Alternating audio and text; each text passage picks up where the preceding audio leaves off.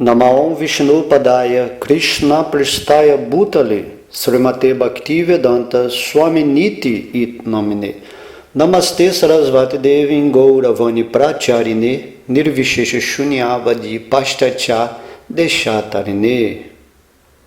Todas as glórias à sua divina graça, Srila Prabhupada.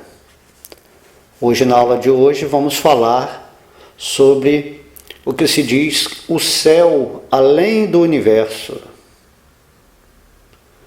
Podemos entender que, se mesmo os planetas superiores neste universo estão sujeitos ao nascimento e à morte, por que os grandes yogis se esforçam por se elevar até eles?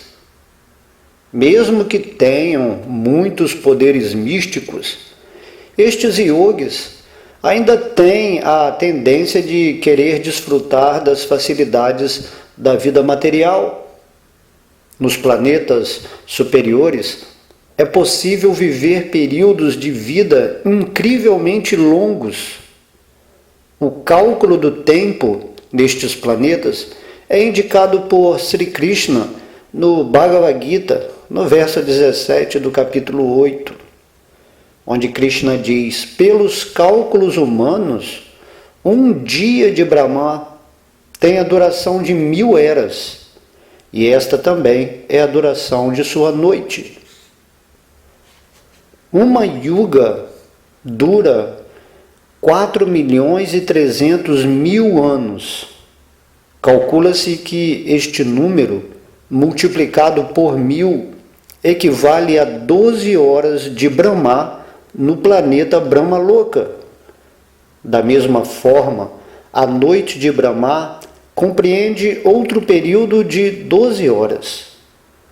30 de tais dias equivalem a um mês, 12 meses a um ano, e Brahma, a criatura primordial, vive por 100 de tais anos. De fato, a vida no planeta Brahmaloka é longa, porém, depois de trilhões de anos, os habitantes de Brahmaloka têm de enfrentar a morte. Se não formos aos planetas espirituais, não escaparemos da morte. Em relação a isso, Krishna está dizendo no verso 18 do capítulo 8 do Bhagavad Gita: quando se manifesta o dia de Brahma, esta multidão de entidades vem à existência, e quando chega a noite de Brahma, todas elas são aniquiladas. Ao final do dia de Brahma, todos os sistemas planetários inferiores são cobertos pela água, e os seres que os habitam são aniquilados. Depois desta devastação, e depois que passa a noite de Brahma, quando este se levanta de manhã, a criação acontece novamente, e todos esses seres aparecem. Portanto, o mundo material está sujeito à criação e à destruição. Krishna diz no Bhagavad Gita, no verso 19, capítulo 8, o dia surge repetidamente e esta multidão de seres torna-se ativa. E de novo, ao cair da noite, ó Partha, eles são dissolvidos irremediavelmente. Embora as entidades vivas não gostem da devastação, esta devastação virá e inundará os planetas, até que todas as entidades vivas fiquem submersas na água durante a noite de Brahma. Mas, ao chegar o dia, a água desaparece gradualmente. Krishna está dizendo no Bhagavad Gita, no verso 20 do capítulo 8, não obstante, há uma outra natureza, que é eterna e transcendental a esta matéria manifesta e imanifesta. Ela é suprema e nunca é aniquilada. Quando tudo neste mundo é aniquilado, essa parte permanece tal como é. Não podemos calcular a extensão do universo material, mas a informação védica nos diz que em toda a criação há milhares de universos e que além destes universos materiais existe um outro céu que é espiritual. Ali todos os planetas são eternos, da mesma forma que a vida de todos os seres que neles habitam.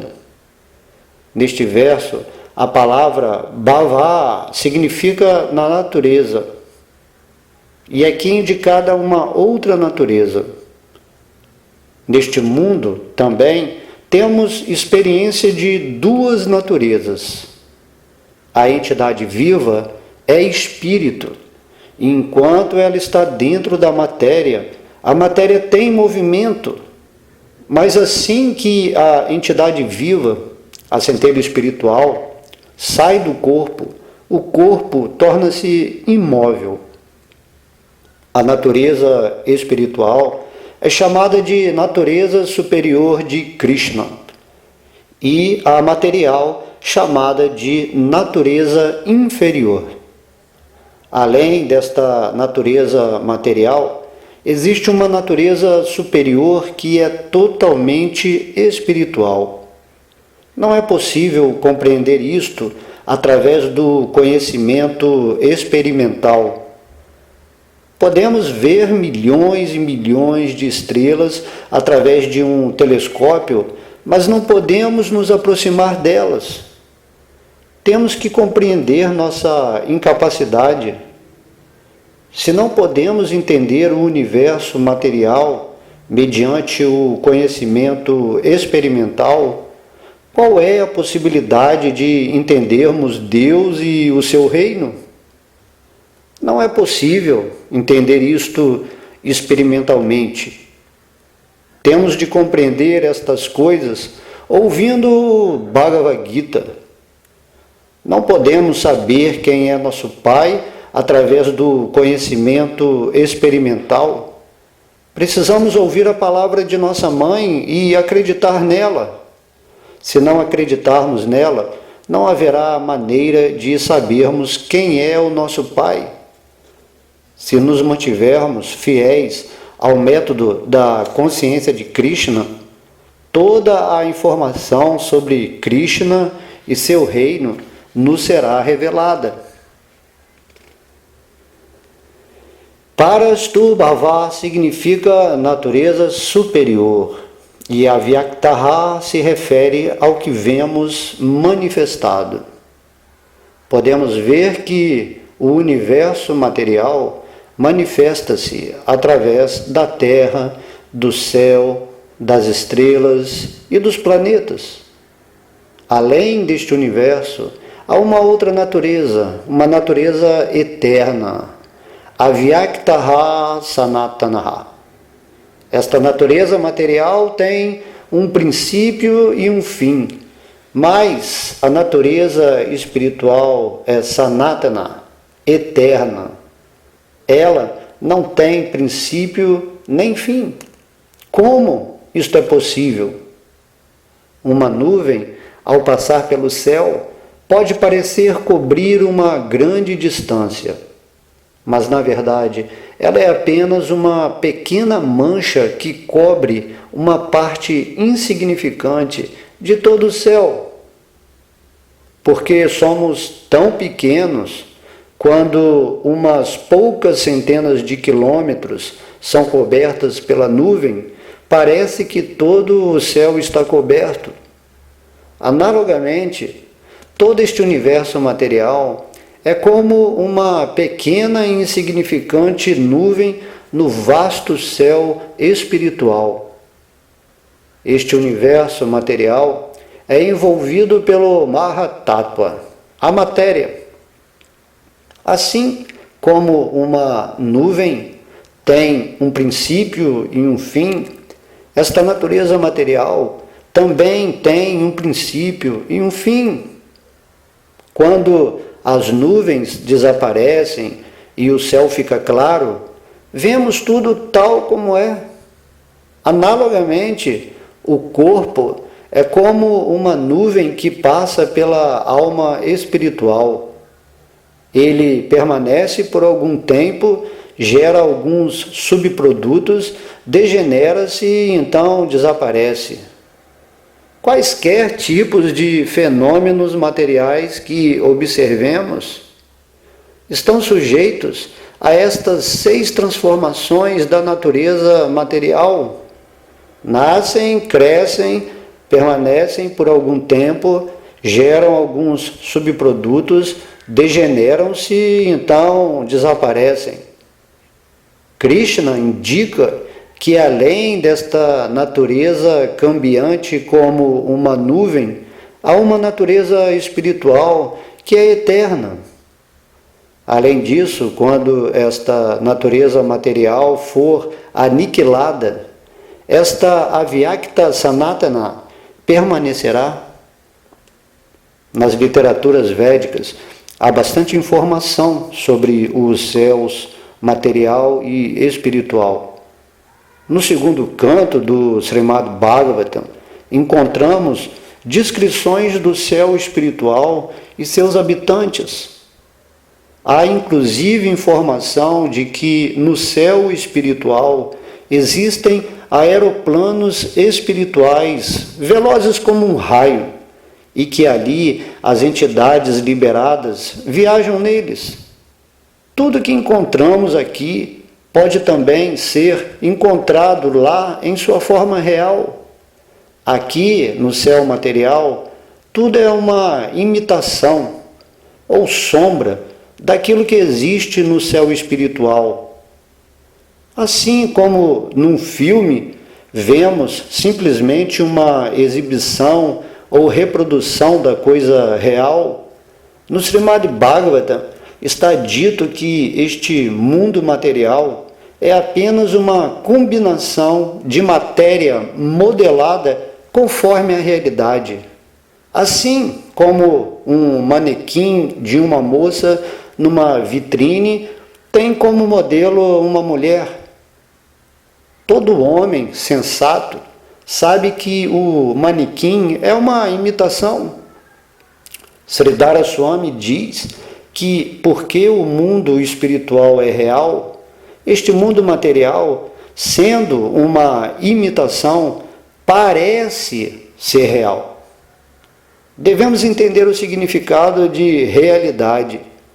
Realidade significa existência que não pode ser destruída. Realidade significa eternidade. Krishna diz, no verso 16 do Bhagavad Gita, no capítulo 2, aqueles que veem a verdade concluem que não há duração para o inexistente e que não há cessação para o existente. Estas pessoas chegaram a esta conclusão estudando a natureza de ambos.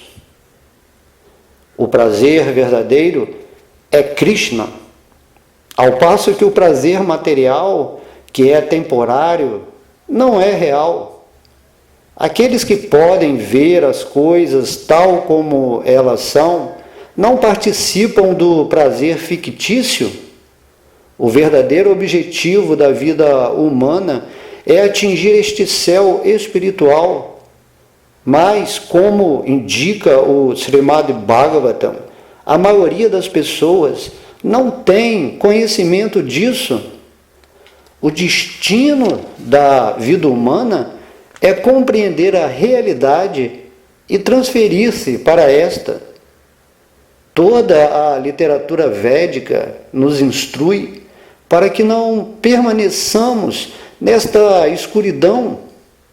Este mundo material é caracteristicamente escuro, mas o mundo espiritual é cheio de luz, sem, no entanto, ser iluminado por fogo ou eletricidade.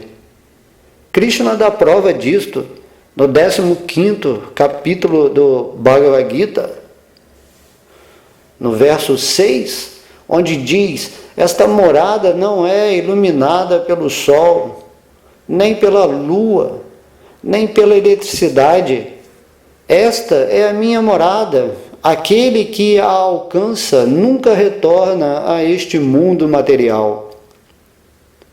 O mundo espiritual é chamado imanifestado, porque não pode ser percebido pelos sentidos materiais. Krishna diz isto no verso 21 do capítulo 8 do Bhagavad Gita. Essa morada suprema é chamada não manifestada e infalível, e é o destino supremo. Aquele que vai até lá nunca retorna. Essa é a minha morada suprema. Neste verso é indicada uma longa viagem. Temos que ser capazes de penetrar no espaço exterior, atravessar o universo material, penetrar a sua cobertura e entrar no céu espiritual. Paramangatim, esta viagem é suprema. Não há motivo para se ir a uma distância de uns poucos milhares de quilômetros deste planeta e depois voltar. Este tipo de viagem não é muito heróico. Temos que penetrar todo o universo material. Isto nós não podemos fazer com naves espaciais, mas sim através da consciência de Krishna. Aquele que está absorto na consciência de Krishna e que, à hora da morte, pensa em Krishna, é imediatamente transferido para lá. Se quisermos realmente ir a esse céu espiritual e cultivar uma vida eterna, plena de conhecimento e bem-aventurança, teremos de começar logo o cultivo de um corpo Satityananda. É dito que Krishna tem um corpo Satityananda. Ishvara Parama Krishna Satityananda Vigraha. E que nós também temos um corpo semelhante de eternidade, conhecimento e bem-aventurança. Mas que este corpo é muito pequeno e está coberto pela roupa da matéria. Se de alguma forma formos capazes de abandonar esta roupa falsa, poderemos atingir esse reino espiritual. E uma vez que alcancemos esse mundo espiritual, não é necessário voltar. Todos devem, então, tentar ir a essa Dhamma Paraman, a morada suprema de Krishna.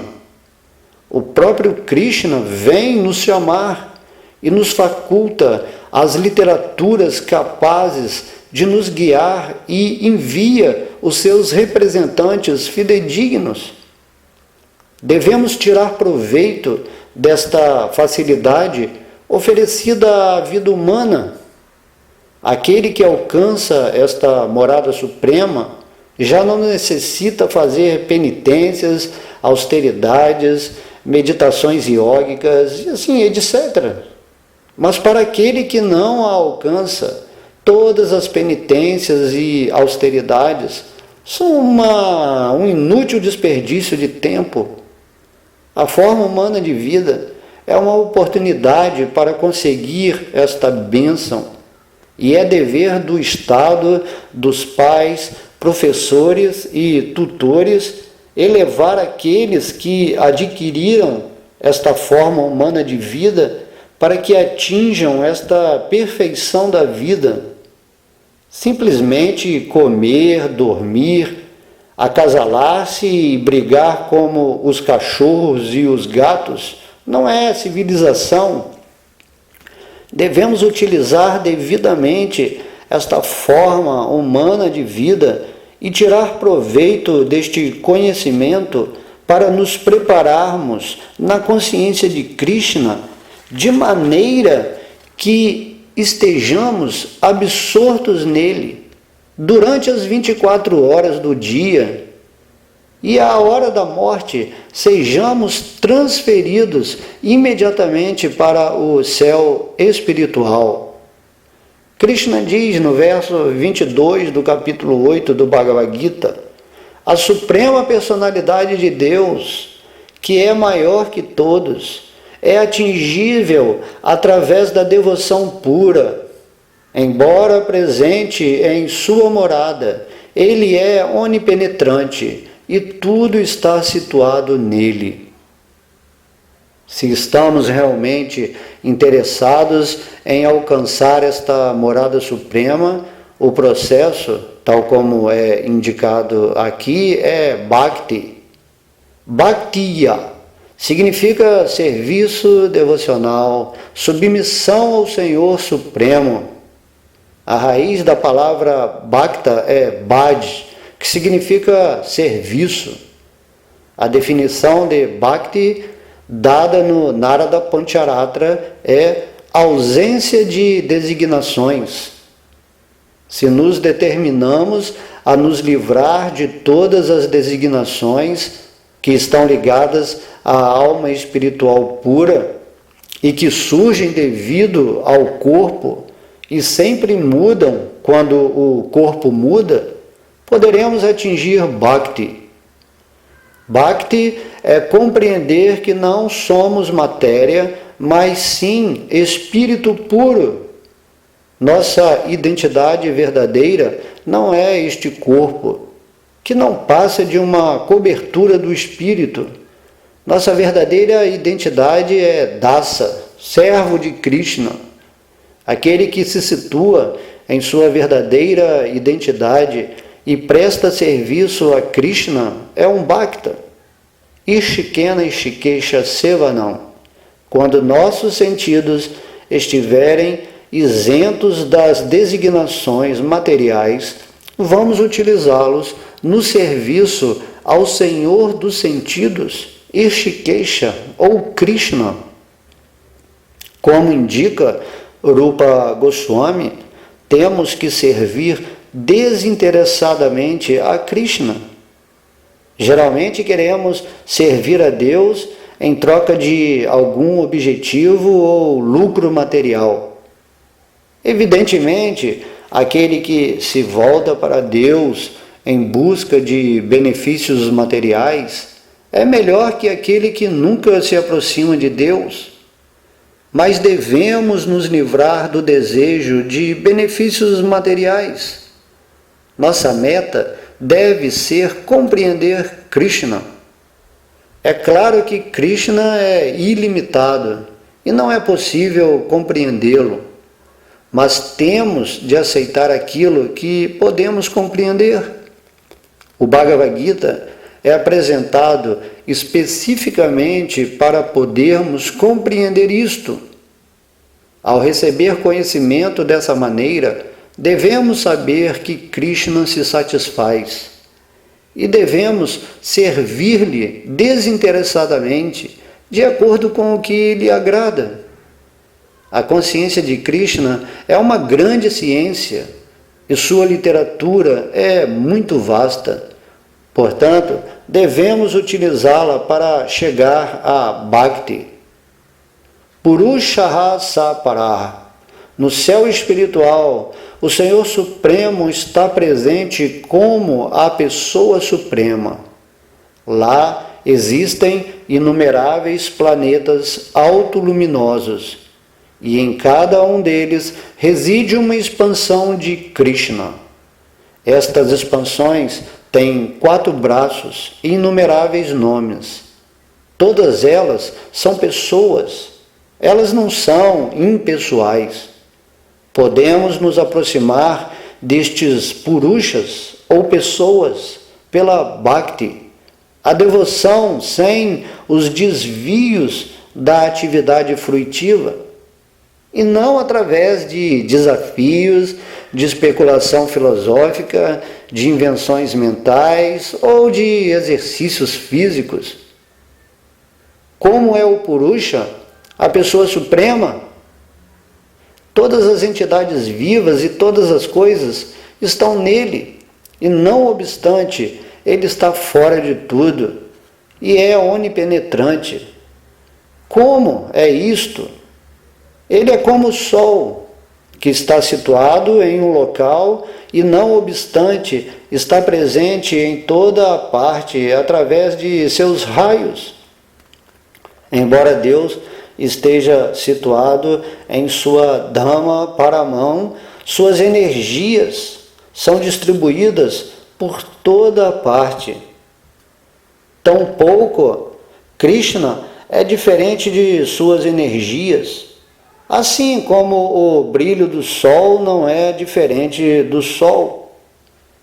Uma vez que Krishna e suas energias não são diferentes, podemos ver Krishna em toda a parte.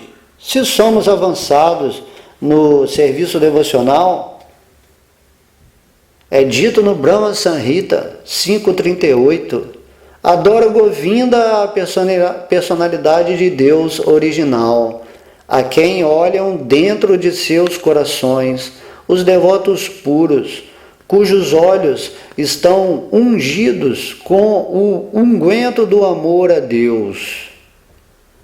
Aqueles que estão saturados de amor a Deus veem Deus constantemente diante de si. Não é que tenhamos visto Deus ontem à noite e agora ele já não esteja presente. Não, para quem é consciente de Krishna, Krishna está sempre presente e pode ser percebido constantemente. Temos simplesmente que desenvolver os olhos para vê-lo. Devido a nosso cativeiro material, a cobertura dos sentidos materiais, não podemos entender o que é espiritual. Mas esta ignorância pode ser eliminada através do processo de cantar Hare Krishna. Como é isto? Uma pessoa adormecida pode ser despertada pela vibração sonora. Mesmo que ao dormir estejamos inconscientes e todas as nossas funções básicas, a visão, o tato, o olfato, etc., estejam paradas, o sentido da audição é tão saliente que a vibração sonora pode nos despertar. Analogamente, a alma espiritual, embora se encontre agora sob o jugo do sono do contato com a matéria, pode ser revivida através desta vibração sonora transcendental Hare Krishna, Krishna Krishna, Hare Hare, Hare Rama, Rama Rama, Hare Hare.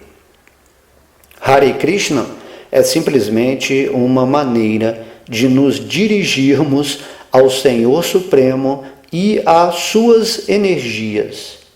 Hare significa energia e Krishna é o Senhor Supremo. Assim, quando cantamos Hare Krishna, estamos dizendo: ó energia do Senhor, ó Senhor, por favor, aceita-me. Não há outra oração que possamos oferecer ao Senhor em troca da aceitação dele.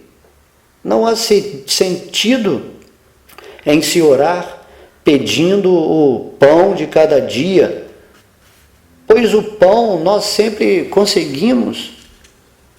Hare Krishna é apenas uma forma de se dirigir ao Senhor Supremo, pedindo-lhe que nos aceite. O próprio Senhor Chaitanya Mahaprabhu, que era Krishna, orava.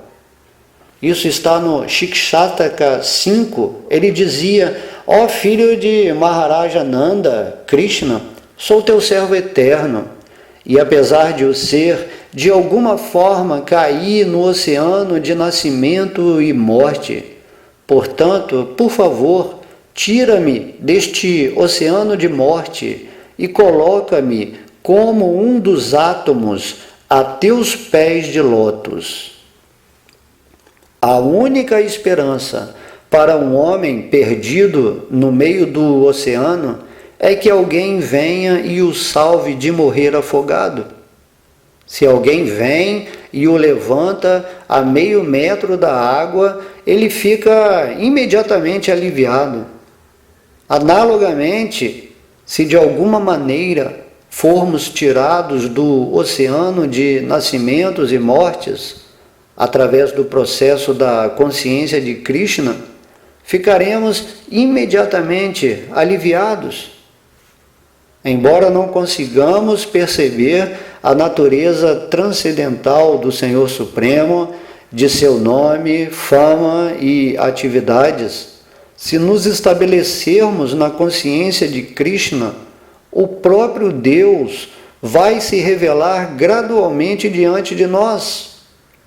Não podemos ver Deus por nosso próprio esforço, mas se nos qualificarmos, Deus se revelará e então vê-lo-emos. Ninguém pode mandar que Deus apareça e dance em sua frente. Temos que agir de tal maneira que Krishna se sinta satisfeito em se revelar a nós.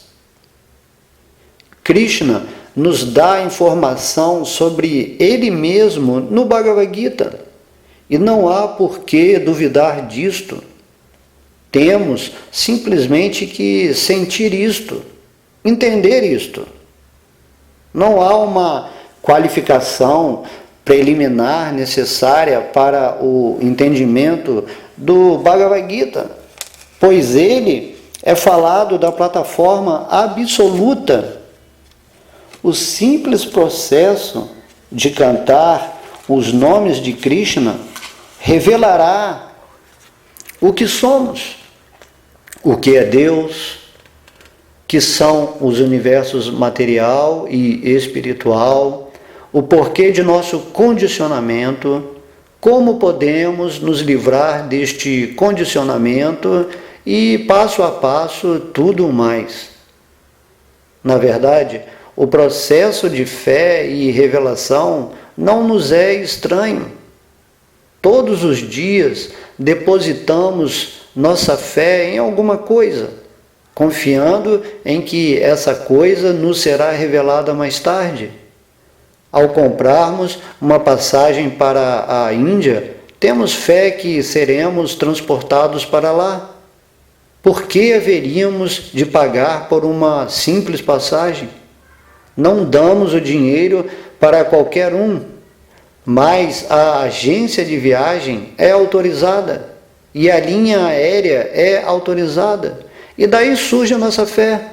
Sem fé não podemos tomar nenhuma medida no curso ordinário de nossa vida. Devemos ter fé, mas que seja naquilo que é autorizado. Não é que devemos ter fé cega, mas devemos, isso sim, aceitar algo que seja reconhecido. O Bhagavad Gita é reconhecido e aceito como uma escritura por todas as classes de homens na Índia e fora da Índia. Muitos intelectuais, teólogos e filósofos aceitam o Bhagavad Gita como uma obra de grande autoridade.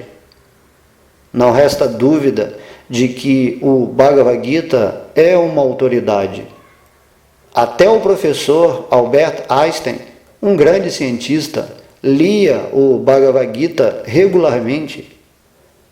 Partindo do Bhagavad Gita, temos de aceitar que existe um universo espiritual, o reino de Deus. Se de alguma maneira fôssemos transportados a um país onde não tivéssemos que sofrer o nascimento, a velhice, a doença e a morte, não nos sentiríamos felizes? Se ouvíssemos falar de um país assim, certamente tentaríamos ir até ele, valendo-nos de todos os esforços. Porque ninguém quer envelhecer, ninguém quer morrer. De fato, um lugar livre de tais sofrimentos seria o desejo de nosso coração. Por que queremos um lugar assim? Porque temos o direito, a prerrogativa de querê-lo. Nós somos eternos, plenos de conhecimento e bem-aventurança, mas por termos sido cobertos pelo envolvimento material, esquecemos-nos de nós mesmos. O Bhagavad Gita nos oferece a vantagem de nos capacitar a reviver nossa posição original. Os shankaristas e budistas afirmam que o mundo transcendental é vazio, mas o Bhagavad Gita não nos desaponta assim. A filosofia do vazio tem simplesmente criado ateístas. Nós somos seres espirituais e queremos o prazer. Mas se pensarmos que nosso futuro é um vazio, nos sentiremos inclinados a gozar desta vida material. Dessa maneira, os impersonalistas discorrem sobre a filosofia do vazio enquanto tentam gozar o mais que podem desta vida material. Podemos desfrutar especulando dessa maneira, mas isso não traz nenhum benefício espiritual. Krishna diz no verso 54 do capítulo 18 do Bhagavad Gita: aquele que está situado transcendentalmente assim, compreende imediatamente o Brahman Supremo.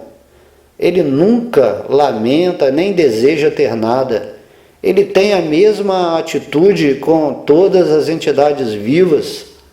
Neste estado, ele atinge o serviço devocional puro a mim. Então, aquele que progrediu na vida devocional e que está saboreando o serviço a Krishna, torna-se automaticamente desapegado do gozo material. O sintoma de uma pessoa absorta em Bhakti é que ela está completamente satisfeita com Krishna. Todas as glórias são a sua divina graça, Srila Prabhupada Haribo.